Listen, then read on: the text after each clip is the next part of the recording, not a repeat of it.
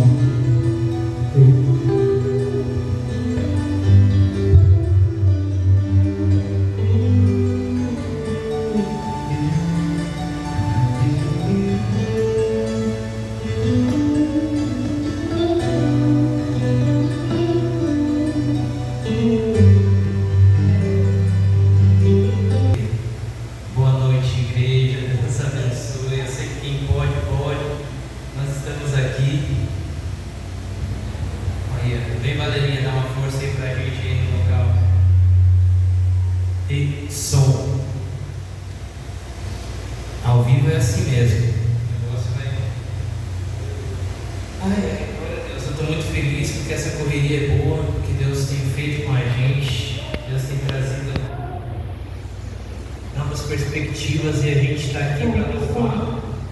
Eu creio que já vai ter muitos jovens aqui louvando e bendizendo o nome do Senhor. Amém? A gente vai começar agora em glória e louvor no nome de Jesus, as coisas vão acontecer. Amém? Então vamos ficar de pé, vamos iniciar.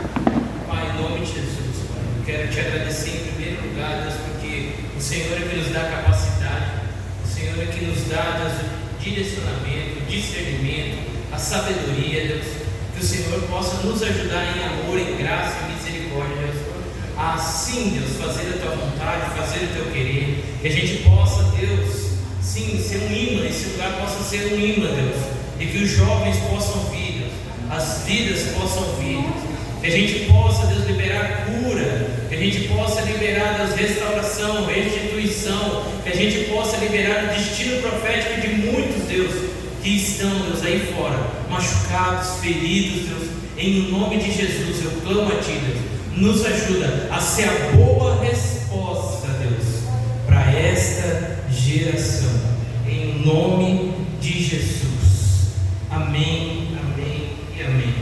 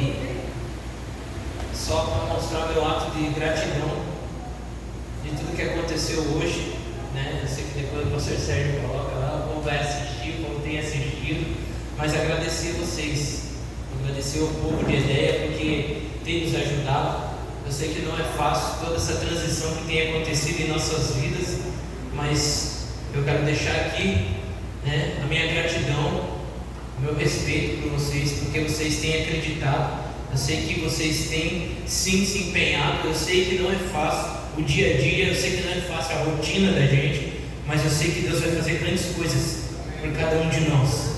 Eu sei que Deus vai nos levar a lugares que a gente nunca pisou, porque é isso que o Evangelho faz. Quando você começa a acreditar e você começa a entender a palavra profética que está sendo liberada, que o Senhor possa sim trazer sobre nós, sabe, um coração grato. A palavra profética tem sido liberada neste lugar, e aqueles que estão acreditando, eles estão se apropriando dessa palavra, e essa palavra vai acontecer. Amém? Então eu vim aqui só um minuto só de agradecimento. Agradecimento a Deus, em primeiro lugar, por ter nos dado saúde, por ter nos dado, sabe, capacidade. Eu sei que alguns já estão experimentando já a novidade que Deus tem feito. Vocês viram hoje, as meninas viram hoje os relatos, né? Tem muito mais gente que está sendo curada, libertada nessa cidade, vai querer estar junto com a gente. E é aquilo que a gente sempre falou: nós vamos ser os cristãos que tanto o mundo espera, né? O mundo aguarda com expectativa a manifestação dos filhos de Deus. Assim Paulo diz. Então sim, lá fora está esperando a manifestação, e a gente vai ser naquilo que tem que ser. E a gente vai orar e vai pregar, seja na biblioteca, seja no supermercado, seja na academia, seja no trabalho, seja no posto de gasolina, seja na farmácia, aonde for, nós vamos sim. E se você tiver a sensibilidade de parar, e você vê que uma vida precisa de oração, pare e ore. Pare e ore, porque a tua oração tem muito efeito. A Bíblia diz que a oração do justo tem muito em seus efeitos. A oração do justo, e nós somos isso, nós somos justos porque nós somos justificados pelo sangue de Cristo. Então é só um minuto de agradecimento por tudo aquilo que Deus tem feito. Foi uma tarde maravilhosa, minha esposa já falou que foi uma bênção, foi muito bom. E olha, eu sei que vai ter mais tardes. Amanhã nós vamos estar aqui, nós vamos estar juntos, firmes e fortes, aqui, vamos trabalhar cedo. Se Deus permitir, a gente pedala, senão a gente troca para a semana que vem. Mas eu sei que Deus vai fazer grandes coisas e vai abençoar, como já tem abençoado muito de vocês. Amém? Quero chamar nessa noite aqui, né, Marcos Aurélio, que é o pregador de hoje. Queremos ouvir essa palavra aí. Em nome de Jesus, que Deus use esse menino poderosamente, em nome de Jesus. Amém? Vem cá, meu irmão, quero orar por você. Seja bem-vindo a essa casa. Você já era dessa casa, está retornando, e eu sei que Deus vai fazer a glória da segunda casa semana que vem.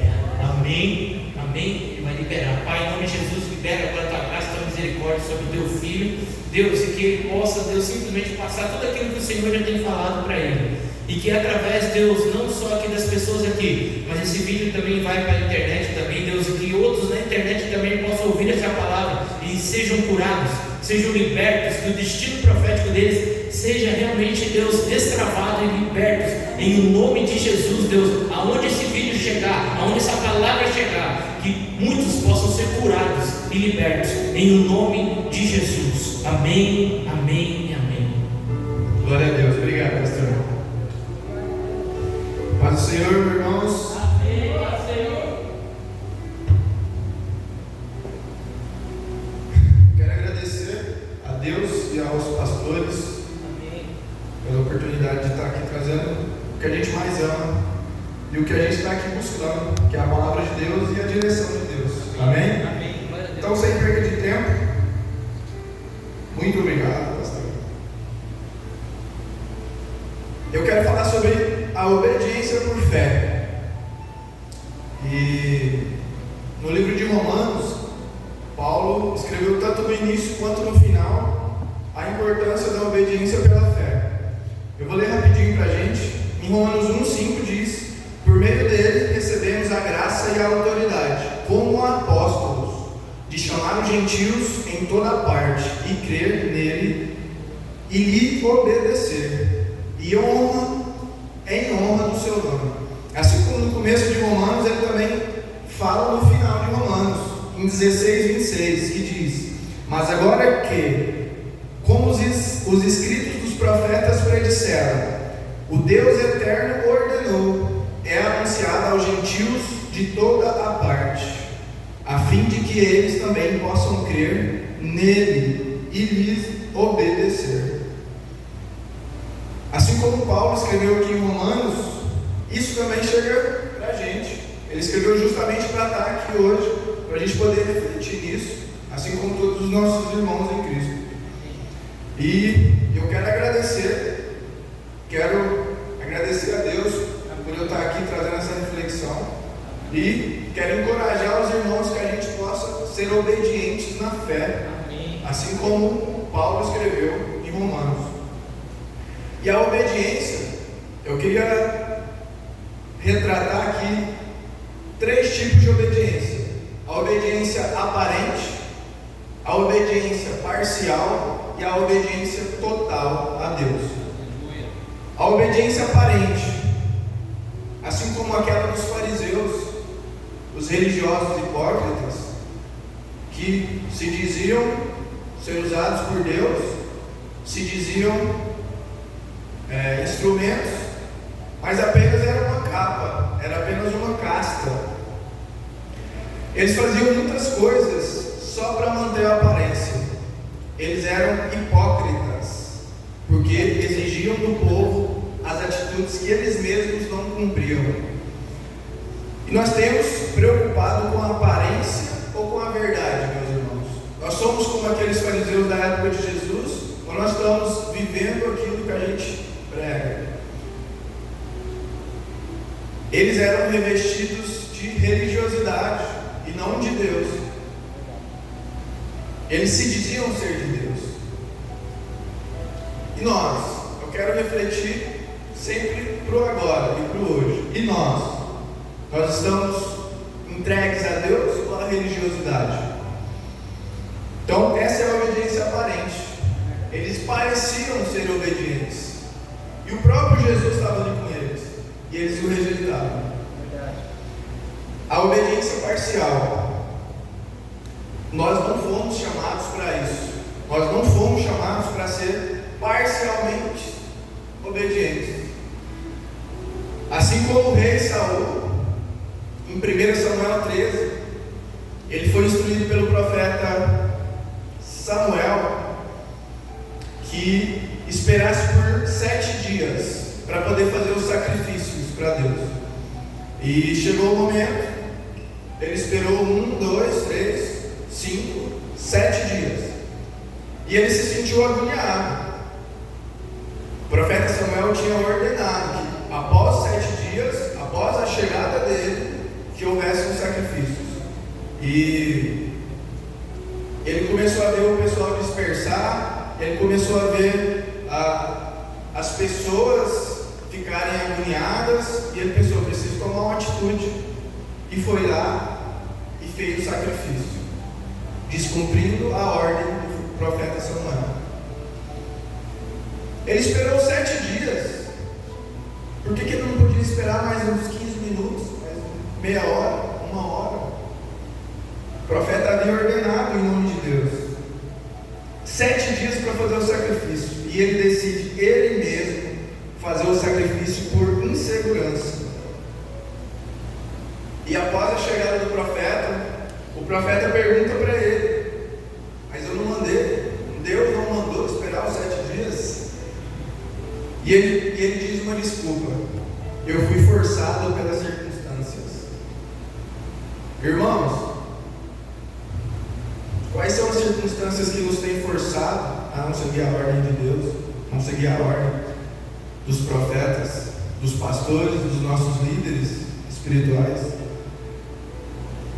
Essa circunstância, às vezes por descuido, assim como Saul, poucos minutos, a gente por ansiedade às vezes, assim como a desculpa de Saul por forçado pelas circunstâncias, que ele viu as pessoas e esqueceu do que Deus tinha mandado.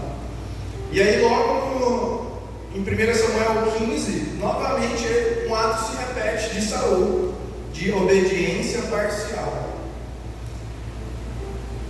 Ele foi ordenado a exterminar todo o reinado do rei Amaleque e poupar apenas o rei. E aí ele fez o quê? Foi lá, resolveu, mas aí ele guardou os novilhos e os animais, os de boas aparências. O melhor gado ele guardou, ele não seguiu a ordem de novo, mas um ato de desobediência, obediência parcial. Então, tanto a obediência aparente quanto a obediência parcial é desobediência. Ele perdeu o reinado por conta disso. Então ele guardou o melhor gado para ser sacrificado. E aí ele foi confrontado de novo pelo profeta. E nessa situação a gente percebe que mais uma vez ele quis fantasiar a verdade. Ele quis maquiar a desobediência dele. E trazendo para nós mais uma vez, para a minha vida, para a nossa vida, será que a gente tem maquiado a nossa desobediência? Nossa, será o que vão pensar de mim?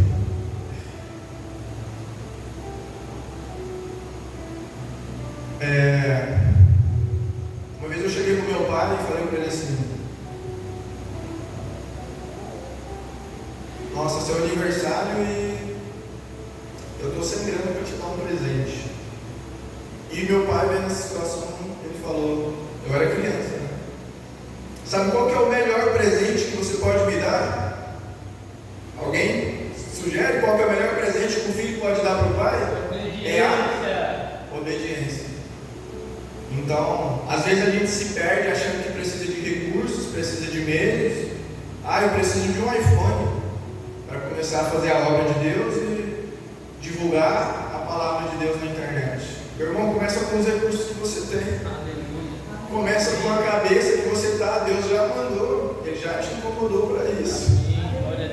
Então, que a gente não seja esse filho que quer agradar a Deus e a nosso Pai apenas com presentes, apenas com recursos. Então, sem dinheiro, o melhor presente é a obediência. E quando o profeta Samuel mais uma vez chegou até Saul para poder confrontá-lo, foi quando ele falou aquela frase que todo mundo aqui sabe: o obedecer é melhor do que sacrificar. Então, essa passagem, obedecer é melhor do que sacrificar, eu escuto desde criança. Só que hoje Deus ministrou ela no meu coração de uma forma diferente. E é o que eu quero passar para vocês. Então, a gente falou um pouco sobre obediência, e eu quero introduzir a palavra no livro de Jonas. Jonas, capítulo 4. Quem puder abrir comigo. Profeta Jonas, profeta menor, fica ali quase no finzinho do Antigo Testamento. Depois de Obadias, o livro do profeta Jonas. Amém? Glória a Deus. Glória a Deus, amém. Aleluia. Vocês podem deixar aberto em Jonas capítulo 4, que antes disso eu quero trazer uma palavra de Jesus que está em Mateus 12:39. Eu vou ler rapidinho aqui para a gente. Se tiver difícil, tá bem atrás dele. Tá andando, né? Tranquilo. Mateus 12:39. Mas ele respondeu e lhes disse: uma geração má e adúltera pede um sinal, mas nenhum outro sinal lhes será dado, a não ser o sinal do profeta Jonas. Pois, como esteve Jonas no ventre da baleia 3 dias e 3 noites, assim estará o Filho do Homem no seio da terra 3 dias e 3 noites. E 41. Os homens de Nínive se levantarão no juízo com essa geração e a condenarão, porque se arrependeram com a pregação de Jonas. E eis aqui quem é maior do que Jonas, o próprio Jesus. Complementando a introdução, nós temos aqui um exemplo de obediência total, o nosso mestre, a quem a gente se diz cristão, pequenos cristos, seguidores dele. Só que ele deixou o exemplo de Jonas, que é o que eu quero trazer para nós hoje. A gente ainda tem mais um tempinho, graças a Deus. Então, Jonas capítulo 4.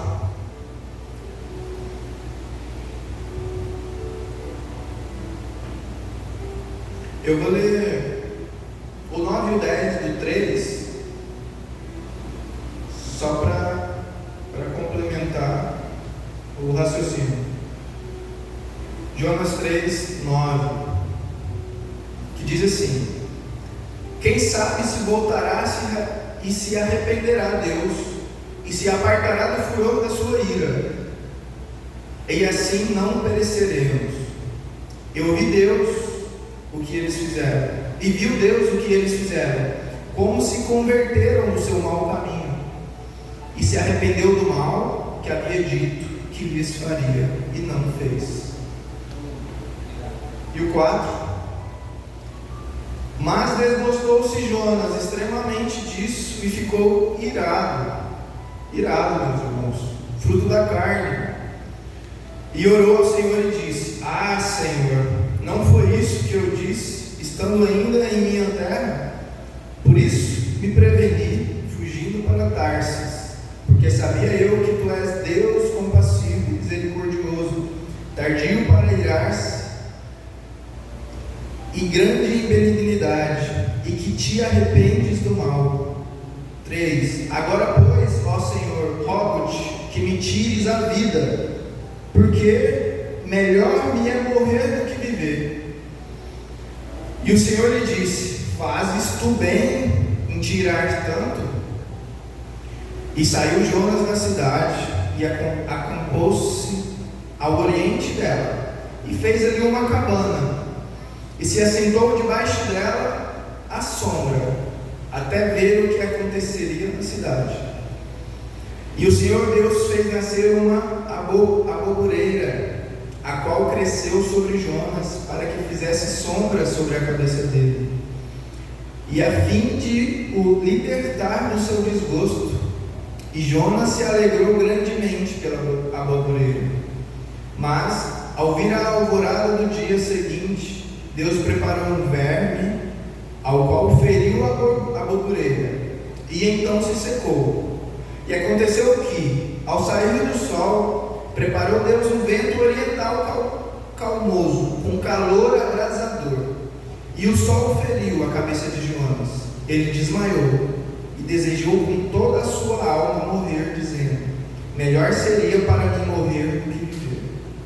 Então disse Deus a Jonas: fazes bem tanto tirar por causa da aboboreira? E ele respondeu: faço bem em me irar a ponto de morrer.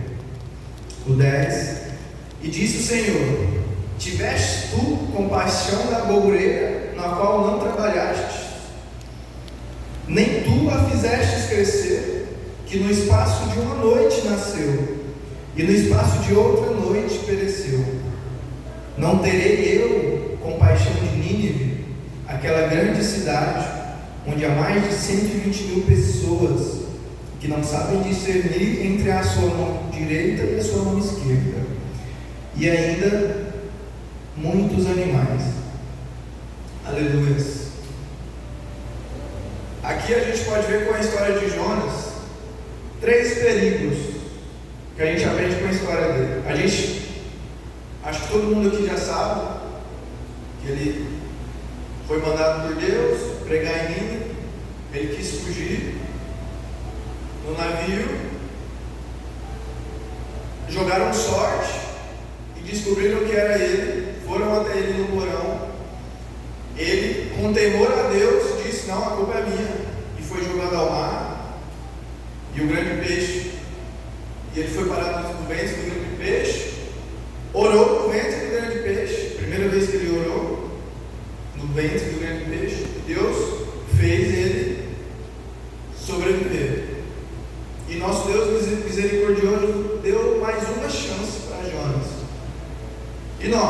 quantas chances nós precisamos? Quantas chances eu preciso para fazer a vontade de Deus? Deus nos fez para expandir, para sair. Aqui a gente reúne, adora a Deus, ficamos fortes em união. Aqui é o nosso centro de união e força, para a gente sair para lá, para a gente ir para os Nínives, para as Nínives, as cidades grandes de hoje em dia. Assim como São Paulo. São Paulo é a maior cidade do Brasil, o maior índice populacional. E Nínive naquela época também era a maior cidade. A gente viu aqui no 13 que fala 120 mil pessoas que não sabem discernir entre a mão esquerda e a direita, que mostra que eram crianças. Então, só de crianças, 120 mil pessoas. A estimativa era de 500 a 600 mil pessoas naquela época. E uma única pregação do profeta que quis desobedecer a Deus converteu a maior cidade do mundo naquela época. Assim como nós hoje podemos converter cidades apenas com uma pregação. E eu profetizo que dessa igreja vai sair pregadores e pregadoras da palavra de Deus que vai converter cidades para a glória de Deus. Então, Deus deu uma segunda oportunidade para ele. Toda a cidade se converteu. Nunca existiu no mundo outra situação. Naquela cidade se converteu do rei aos servos mais humildes. Todos jejuaram e todos se arrependeram.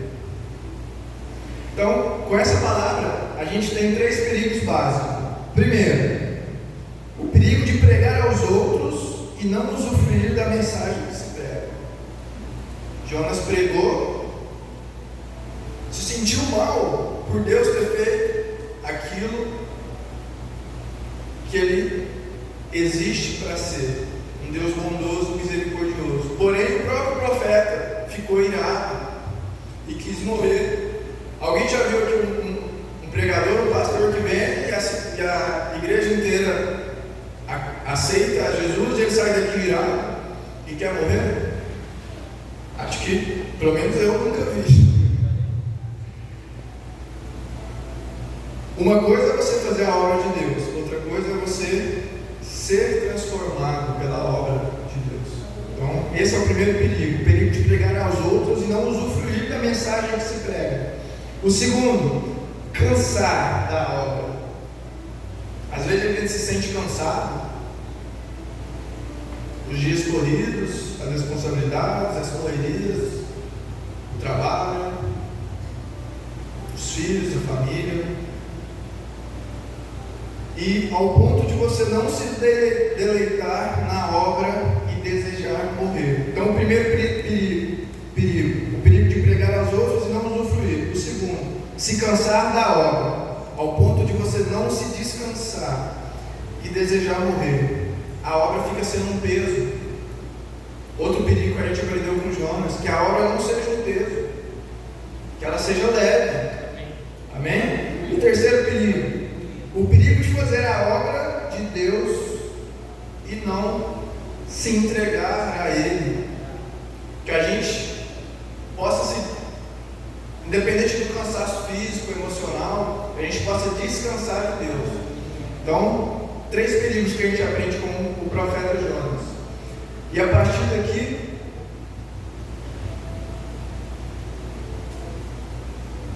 as lições na qual eu aprendi refletindo nesse livro. Um livro que eu cresci na igreja escutando. Um livro que eu com certeza passei por ele algumas vezes, já li, mas nunca parei para refletir como agora. E é o que eu quero passar para vocês. A gente tem tempo, a gente está aqui para buscar conhecimento e são 6 pontos. O primeiro ponto que a gente aprende com Jonas. Jonas, um homem que se desgosta do que Deus gosta. No 4:1, mas desgostou-se Jonas extremamente disso e ficou irado. Ele ficou aborrecido com a bondade de Deus. Ele estava na contramão da vontade de Deus. Mesmo tendo desobedecido da primeira vez, Deus deu a segunda chance. Ele se desgostou do que Deus fez. Então Jonas foi um homem que se desgostou do que Deus gosta, da misericórdia. O que deixou Jonas irado? Se a gente for parar para refletir, o que deixou Jonas tão irado daquele jeito? Qual que é a lógica? A conversão dos ninivitas e a compaixão de Deus. Isso é motivo para alguém ficar irado? Jonas, ele foi criado e tinha ali uma certa.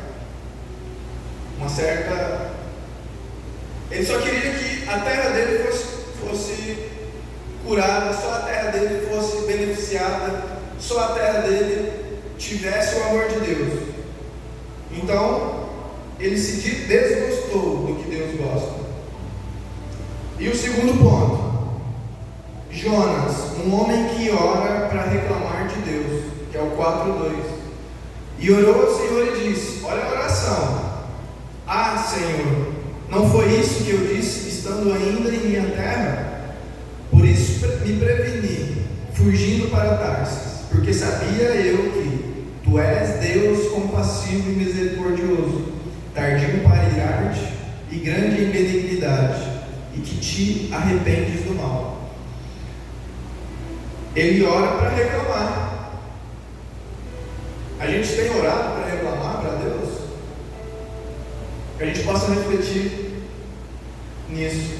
O centro da vida de Jonas é ele mesmo. A gente pode perceber que o ego dele e a vontade de apenas beneficiar os seus, a gente percebe que a oração, ele pede para ser salvo. Na primeira oração ele pede para ser salvo, e na segunda ele pede para morrer.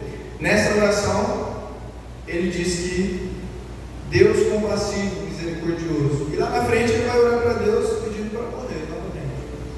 Então a gente percebe essa inconstância. Meus irmãos, Deus não quer que a gente seja inconstantes, Ele quer constância. Ele quer conduzir a nossa vida, Ele quer conduzir o nosso chamado, os nossos dons, o que Ele nos fez para ser, servir, amar. Amém? Amém. Terceiro ponto, Jonas, um homem que deseja morrer porque os outros querem viver. Então, a partir da palavra dele, os ninivitas todos se arrependeram. Ô glória! 4:3. Agora, pois, ó Senhor, rogo-te que me tires a vida, porque melhor me é morrer do que viver. Então ele deseja morrer porque os outros querem viver. E já pensou se ele chega lá, em vez da mensagem ter dado certo, porventura ele fosse preso como Paulo e Silas, tivesse sido açoitado e maltratado, jogado na prisão, se dando tudo certo, ele desejou morrer. Imagina se ele tivesse passado por o que Paulo e Silas passou. Se Nínive tivesse dado errado, Jonas quer morrer porque Deus salvou aquele povo. Por que Jonas queria morrer? A primeira razão, ele tinha a reputação arranhada. A reputação dele, ele se sentia aquele ego sensível. Eu profetizo que quanto menos de nós, mais do Espírito Santo, que o nosso ego esteja firmado em Deus. Amém? O teor da mensagem dele em Nínive, o teor da sua mensagem em Nínive dentro de 40 dias seria o que ele pregou em Nínive. Ele queria que o fogo caísse do céu e fosse destruído. Essa era a vontade de Jonas. Ele pregou para que ele se arrependesse. Ele falou: dentro de 40 dias se arrependa, Deus vai mandar fogo. E foi essa mensagem, apenas isso que ele falava. Então essa era a vontade dele. Ele queria que fosse destruída aquela cidade. Só que ele se esqueceu que é a vontade de Deus que prevalece, a vontade de quem tinha chamado ele que prevalece. Então, às vezes, a gente Aprenda com esse terceiro ponto. A vontade de Deus sempre vai prevalecer, mesmo às vezes que não aconteça como a gente quer no nosso pensamento. A palavra de Deus e a vontade de Deus sempre vai prevalecer. E a segunda razão que ele queria morrer é: ele idolatra a si mesmo. Ele se idolatrava. Jonas, ele queria que a salvação fosse fechada apenas para ele e para a descendência dele. Aleluia. E os grupos religiosos, as igrejas no qual se fecham e desejam apenas a sua cura, desejam apenas a sua salvação. Vem para uma igreja que só aqui vai ser salvo. Era um dos motivos que ele queria morrer. Ele se fechou, ele achou que a salvação era só para ele e para os dele. 4. Jonas, um homem que não muda, mas espera que Deus mude. O 4 e o 5. E o Senhor lhe disse: fez tu bem em tirar tanto? E saiu Jonas da cidade e acampou-se ao oriente dela, e fez ali uma cabana, e se assentou debaixo dela à sombra, até ver o que iria acontecer na cidade. Então ele estava esperando que Deus destruísse Nínive, e sentou ali, aguardando ver o fogo cair do céu. E Deus pergunta para ele e ele fica em silêncio: fazes tu bem em tirar tanto? Quando Deus pergunta: fazes bem em tirar tanto?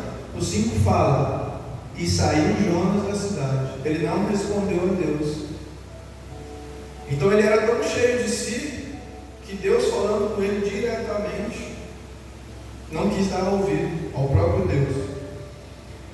Então ele fugiu 2 vezes, para Tarsis, no navio, e agora ele fugiu ali, embaixo ali da sombra da pequena cabana, para poder ver Deus destruir aquela cidade, mas não aconteceu como ele esperava. Ele ficou ali assistindo aquela cena, esperando que Deus destruísse Nínive. E o que eu quero trazer com esse 4º ponto: Deus não é inimigo dos nossos inimigos. Ele considerava Nínive como uma cidade, e até porque era muito má. A palavra fala que eles empilhavam as cabeças e eram cercados por muralhas da qual nelas dava para passar carruagem. Então eles eram um povo mau. Ele não mudava, mas esperava que Deus mudasse. Então eu quero falar que Deus se recusa a ser inimigo daqueles que nós consideramos inimigos. Deus quer misericórdia para todos. Todos. Às vezes a gente, pelas circunstâncias, a gente pensa que alguém é nosso inimigo, mas Deus vai amar ele independente do que a gente quer que aconteça. Assim como aconteceu com Jonas. O 5º ponto: Jonas, um homem que se desgosta quando os outros são abençoados, mas se alegra quando ele é abençoado. Egoísta, né? E a gente vê aqui no 6: e o Senhor Deus fez nascer uma bambureira, a qual cresceu sobre Jonas, para que fizesse sombra à sua cabeça, e fim de o libertar do seu desgosto. Um Deus misericordioso, meu irmão. E Jonas se alegrou grandemente pela bambureira. Então ele se alegrou. Então ele viu ali o cuidado de Deus com a bambureira, ele se alegrou, mas não se alegrou com a salvação de Nínive. Mas ao vir a alvorada do dia seguinte, Deus preparou um verme, ao qual feriu a bambureira e ela secou. E aconteceu que ao sair do sol, preparou Deus um vento oriental, calmoso, com calor abrasador, e o sol feriu a cabeça de Jonas e ele desmaiou. e desejou com toda a sua alma morrer, dizendo: melhor seria para mim morrer do que viver. Deus está no controle da situação a todo tempo, meus irmãos.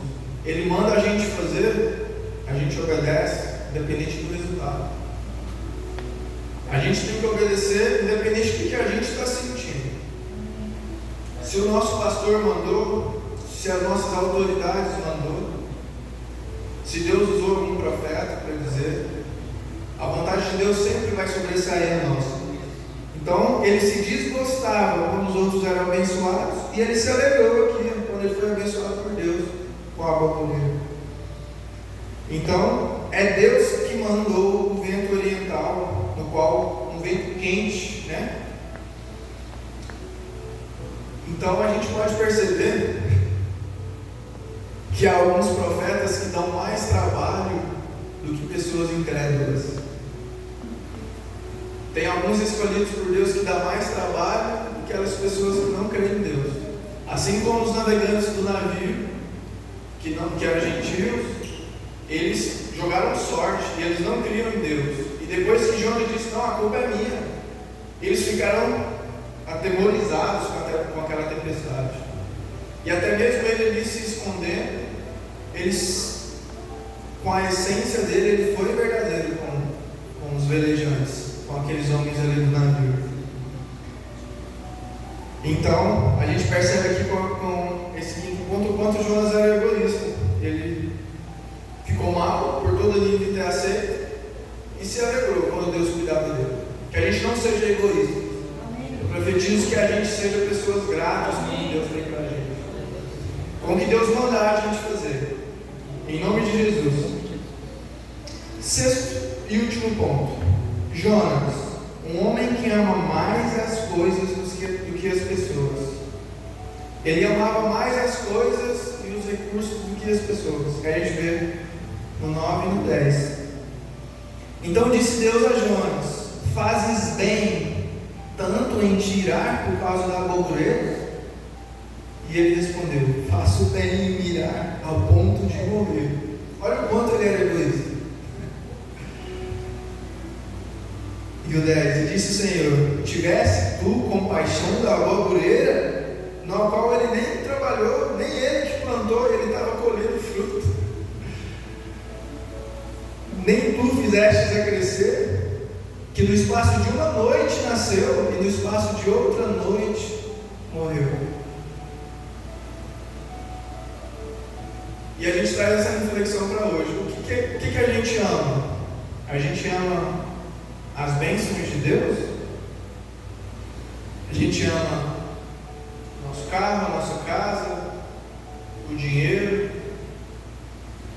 as bênçãos? O que a gente tem amado? Assim como Jesus, a gente tem que amar todo tipo de gente. Assim como Jonas não fez, ele devia ter amado, ele devia ser compassivo, assim como Deus. Ele devia ter desejado misericórdia para aquele povo. Só que não, ele amava só os pontos positivos. E essa igreja aqui é uma igreja que ama pessoas. E daqui sairão pessoas para amar pessoas, e não coisas, e não bens, e não sombra, e não conforto, e não os bens materiais. Mas a gente está se reunindo e está se fortalecendo em Deus para a gente amar pessoas, assim como Deus amou todo mundo. 500 a 600 mil pessoas que o profeta estava triste por elas terem arrependido. Misericórdia. E daqui vai sair gente para curar a gente. Eu profetizo em nome de Jesus que essa igreja é uma igreja curada, para a partir de nós a gente transbordar, a gente curar outras pessoas, para a glória e honra de Deus, em nome de Jesus. E o 4:11, que é o último. Jonas é um livro que termina sem a resposta de Deus. Deus falando sem a resposta de Jonas, na verdade. A última fala é uma Jonas: não terei eu compaixão de Nínive, aquela grande cidade, onde há mais de 120.000 pessoas que não sabem discernir entre a sua mão direita e a sua mão esquerda. Quem não sabe discernir entre a mão direita e a esquerda é uma criança, né? Que é um fato legal, que não está interpretado, mas na Bíblia de Estudos, estudiosos mostram que essa estimativa citada aqui era de crianças, que o número exato era de 500 a 600 mil. E ainda muitos animais. E o livro termina dessa forma, o livro de Jonas. Jonas, mais uma vez, não sei se houve continuação, se ele se arrependeu de novo, se ele criou temor a Deus ali com aquela situação, com a balbureira, com o vento quente. Eu não sei se ele foi para Nínive depois disso aqui se alegrar com o pessoal.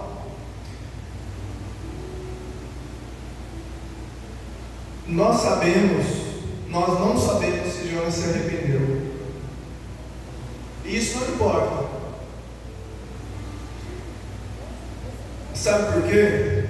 Essa resposta não tinha que ser dada por Jonas. É por isso que não está aqui no fim do livro de Jonas. Essa resposta não tinha que ser dada por ele. Essa resposta tem que ser dada por nós. Essa resposta para Deus aqui no livro de Jonas, na qual contextualmente não está respondida, é porque nós temos que dar essa resposta para Deus.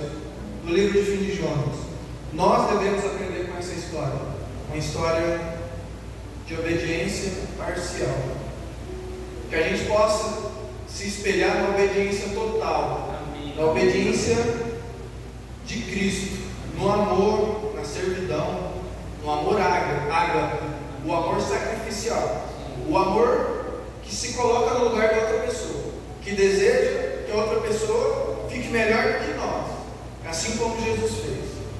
É nisso que a gente tem que focar. E aqui hoje não está a resposta de Jonas, porque eu sou o Jonas, você é o Jonas. No nosso sangue tem o sangue de Jonas, nosso coração é o mesmo coração de Jonas, a nossa mente é a mesma mente de Jonas.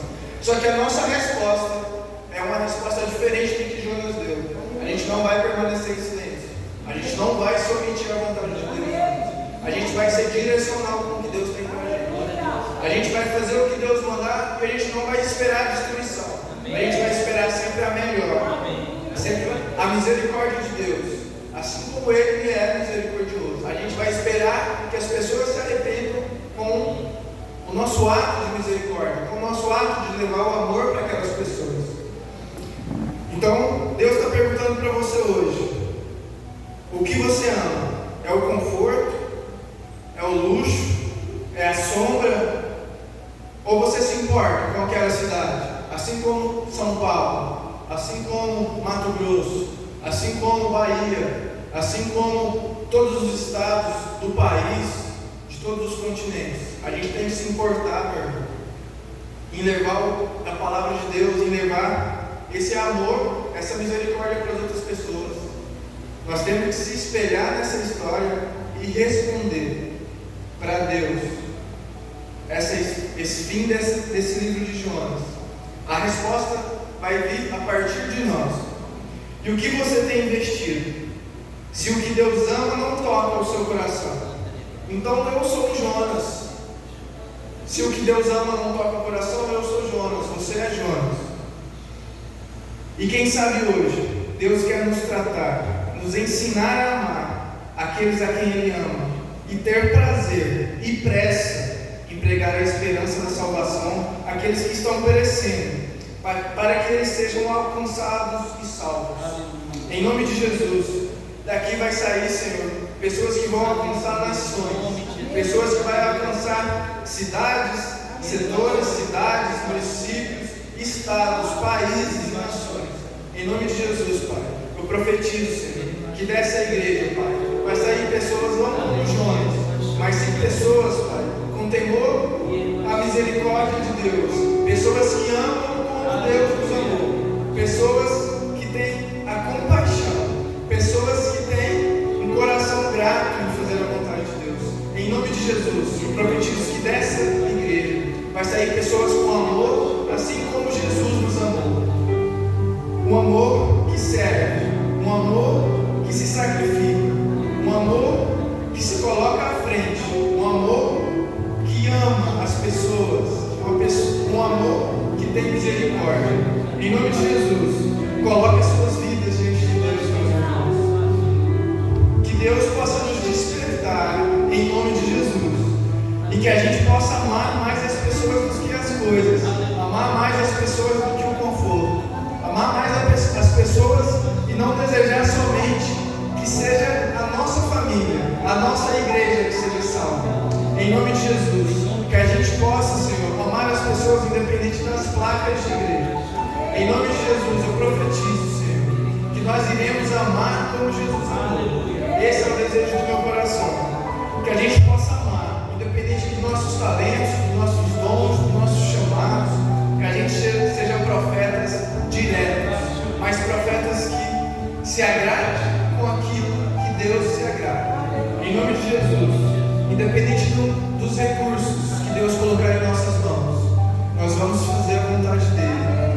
Independente se está sombra, se está calor, se está sede, se tem água, se tem carro, se não tem, se tem chuva, se não tem, se tem como ir ou se não tem, a gente vai dar um jeito de fazer a vontade de Deus.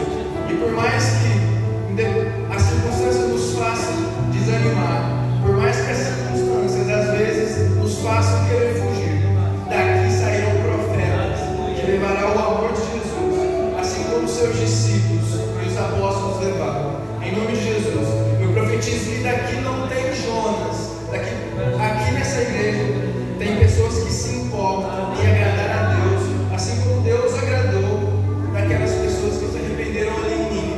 Em nome de Jesus, Pai, eu te agradeço pela tua bondade, pela tua misericórdia.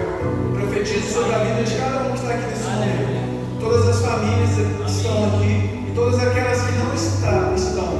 Deus, visita agora, Pai, em cada casa, em cada membro dessa igreja.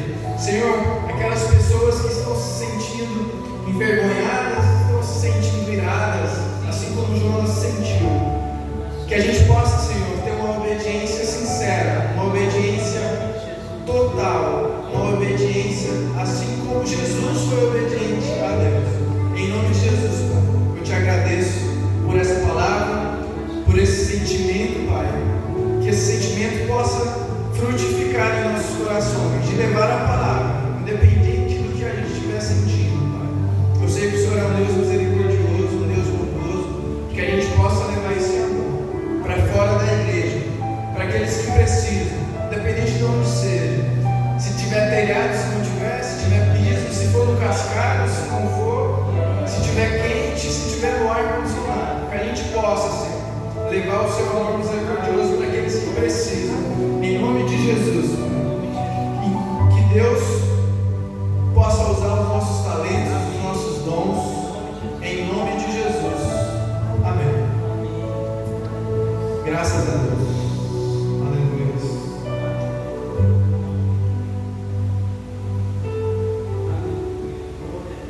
Aleluia. Uau, é isso aí. Que Deus nos desperte, que Deus nos use, que Deus nos mude, nos molde, faça com que a gente possa entender tudo aquilo que Ele quer fazer. Enquanto Ele estava pregando, ardia demais no meu coração a palavra de Tiago 2:13.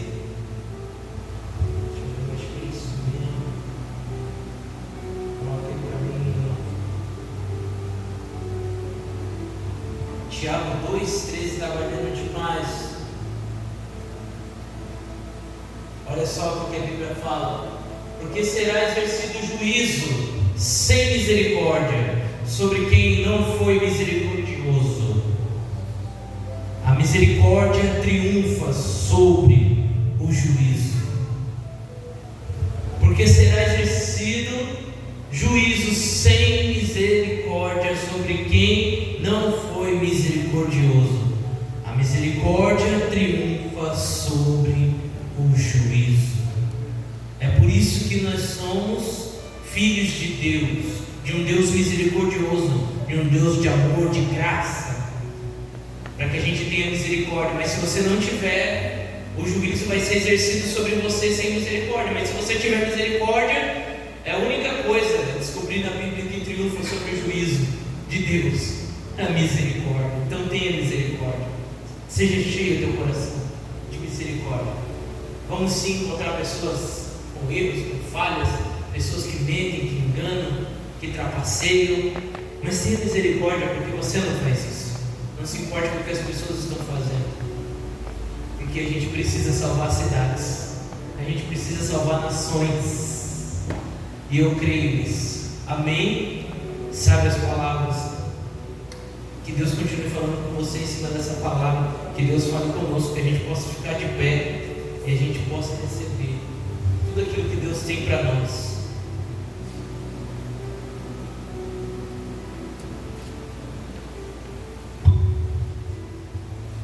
Que a gente possa nesse tempo estar se empoderando daquilo que Deus vai fazer. Eu quero hoje, junto com vocês aqui, estar orando, e amanhã eu vou estar, se vocês me permitirem, né? Vocês aceitam a proposta que eu fiz a vocês? Aceitam? Miquel, você aceita? Sim? Então venham aqui na frente aqui. Eu vou estar orando, amanhã eu vou estar apresentando a vocês os novos líderes de jovens. Que vocês possam vir estar orando aqui.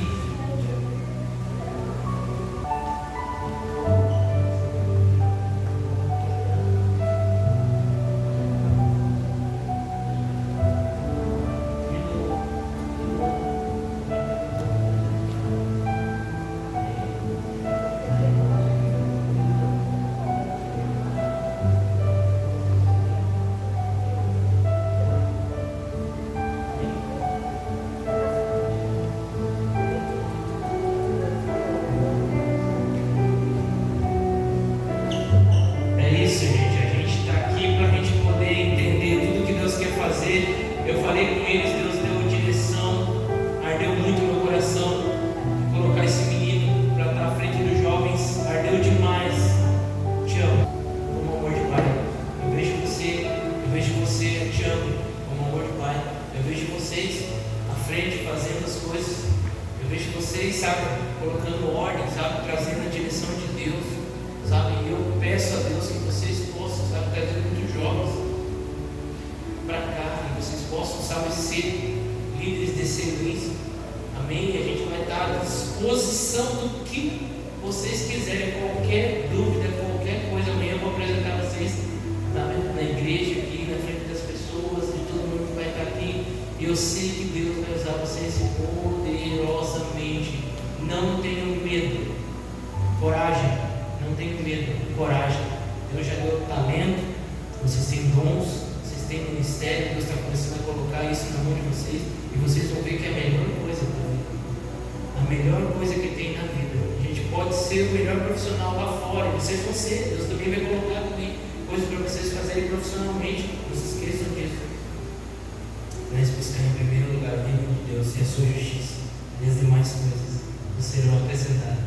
Então, obrigado. O sim não é só para mim, o sim é para Ele. O céu está em festa, eles estão alegres lá em cima, eu posso ver alegria, porque são, sabe, mais soldados se alistando, falando: estou aqui, estou pronto, pode me usar. Amém? E nunca se esqueça, vocês não têm que estar pronto, vocês têm que estar obedientes, escutando para Deus. O pronto não serve para Deus. A gente acha que às vezes tem que estar pronto, mas não, o que serve para Deus é o obediente. Às vezes tem muita gente pronta, mas não obedece. Amém? Então, sejam obedientes em tudo aquilo que vocês fizerem. Pai, em nome de Jesus, Pai, que o Senhor possa estar abençoando agora, Deus. Como igreja, agora, Deus, nós abençoamos agora a vida da Aniquele.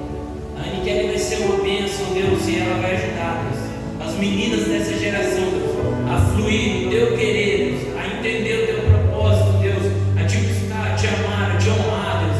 Em nome de Jesus, Deus, eu abençoo a vida dela, Deus, que ela seja próspera em tudo aquilo que ela fizer, em tudo aquilo que ela tocar as mãos, em tudo aquilo que ela colocar os pés. O Senhor possa abençoar e abrir portas e fazer caminhos, em nome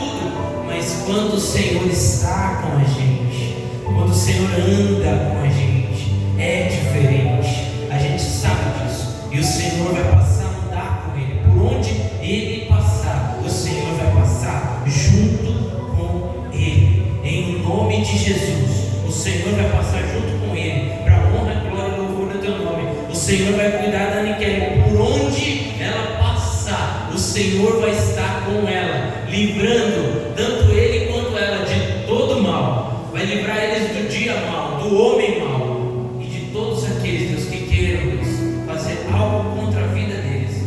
Está repreendido em nome de Jesus, que eles possam sempre permanecer no centro da sua vontade. Assim a tua igreja ora e abençoa e recebe o sim deles para esse ministério tão lindo que é o dos jovens. Em o nome de Jesus, sejam abençoados para frutificar nessa casa, nessa cidade, nesse estado e nesse país e nesse mundo. Amém. Aleluia. É isso aí, um outro com o outro. Amém. Sempre se comuniquem, sempre se falam que vocês vão longe. Em nome de Jesus, assim como eu e a pastora também sempre se comunicam e falam, pode se comunicar com quem vocês vão ser usados. Aqui é tudo ao vivo.